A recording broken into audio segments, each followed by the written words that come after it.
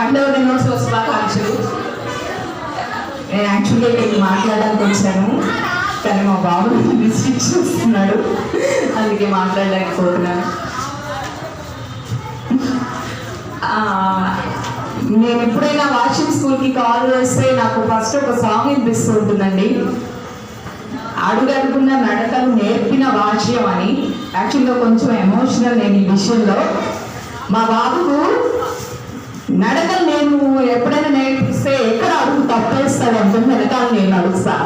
కానీ సాల్వాన్ చేతుల్లో పెట్టినాక నాకు ఆ అవసరం లేకుండా పోయింది వాస్తవంగా. ఇప్పుడు మా బాబుని సాల్వాన్ చేతుల నుంచి నేను తీసుకెళ్ళిపోతున్నా. యాక్చువల్గా ముస్లిం సార్ నన్ను ఒక మాట అడిగారు, మేడం మీరు అయిపోయిన తర్వాత మీరు గుంటూరు భాషలో జాయిన్ చేస్తారా అని. సార్ అంత ఇంట్రెస్ట్ లేదు అన్నా. కానీ అందులో తప్పు ఉద్దేశం లేదండి. వాస్తవంగా ఇలాంటి ప్రిన్సిపల్ సార్, అలాంటి వైస్ ప్రిన్సిపల్ సార్ దొరకరేమో అని భయం. ఎందుకంటే ఈ రోజుల్లో నేను స్కూల్స్లో చాలా చోట్ల చూస్తున్నాను, పిల్లలకి సంస్కారం నేర్పించే స్కూల్స్ చాలా తక్కువ. ఎందుకంటే గట్టిగా రిస్ట్రిక్ట్ చేస్తే పిల్లలు స్కూల్ మానేసి వెళ్ళిపోతారేమో, లేదా మాకు అడ్మిషన్స్ తగ్గిపోతాయేమో అనుకునే స్కూల్స్ చూశాను. చదువు ఎక్కడైనా నేర్పిస్తారండి, సంస్కారం నేర్పించే స్కూల్స్ చాలా కొద్దిగా ఉంటాయి.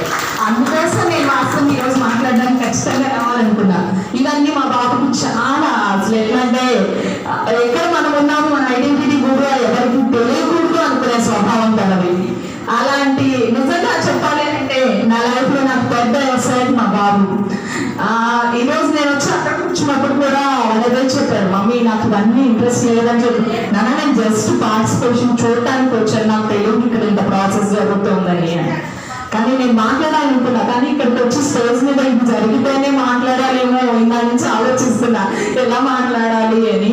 కానీ థ్యాంక్ యూ సార్. ఇంకొక విషయం ఏంటంటే, మా ఇంట్లో మా బాబు ఎప్పుడైనా హెయిర్ ఎక్కువ పెరిగినా, మీన్స్ ఎక్కువ పెరిగినా ఇంట్లో అమ్మ తింటుందని నాన్న తింటుందని భయపడరు. Principal sir చూసేస్తారు.